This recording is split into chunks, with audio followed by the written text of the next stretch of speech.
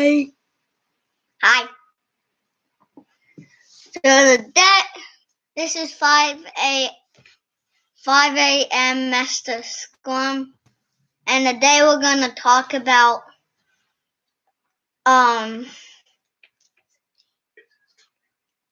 business continuity and Scrum. So business continuity means like 1 second. You gotta talk at the same time. It means like if like a window breaks in your house and you have to pay it back, and that it kind of means like you have to redo it. So if your window breaks like this house, like there, here, then you have to pay it to get a new window.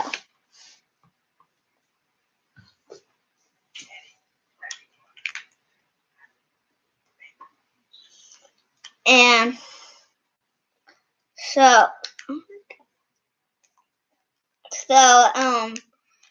you have, so when you do that, so when you pay it, you go like the Home Depot and stuff to go get something for a new window. Go to the checkout, buy it, and then that means continuity. And April Fools. See ya.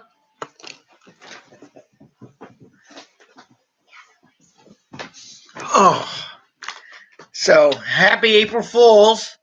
Eddie wanted to prank you all on April Fool's Day here in the States. Did I do good? You did good, Ed. Did an awesome job. You actually said continuity correctly, which is a tough word to say.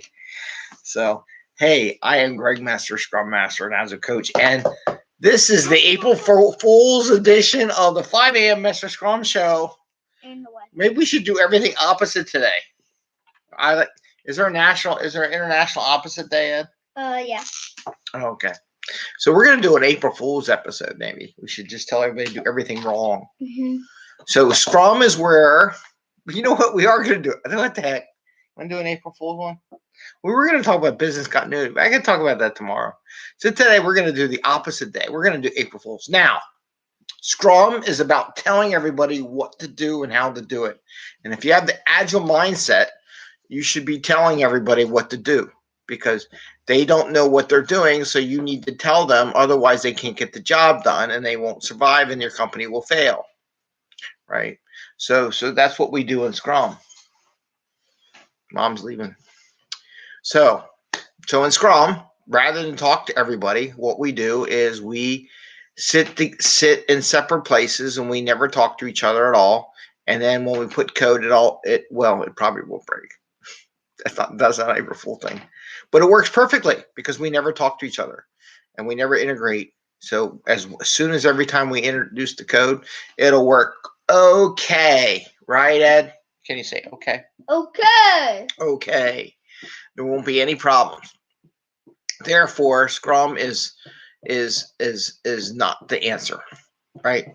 Because we don't talk to anybody, so it's not a good thing. I don't know. Maybe this is kind of going bad. We were playing around a little bit too much. Anyway, so maybe we should talk about business continuity because I can't make up all that stuff. But I don't know. Is that your place of work? Like, don't talk to each other, never turn on videos, never communicate. But now we have a moth flying in our house. Oh, great. The whole place is falling apart. So, where is my mouse? There's my mouse. What are you drawing? I don't know what he's doing. So, anyway, let's do something serious here. Let's talk about business continuity a little bit because he did do the intro. And this is our 584th episode of the 5 a.m. Mester Scrum Show. And we talk Scrum and Agile in a practical and tactical way so you can get home to your family and friends. Have fun. Enjoy April Fools, maybe a little bit, and just have a good time, right?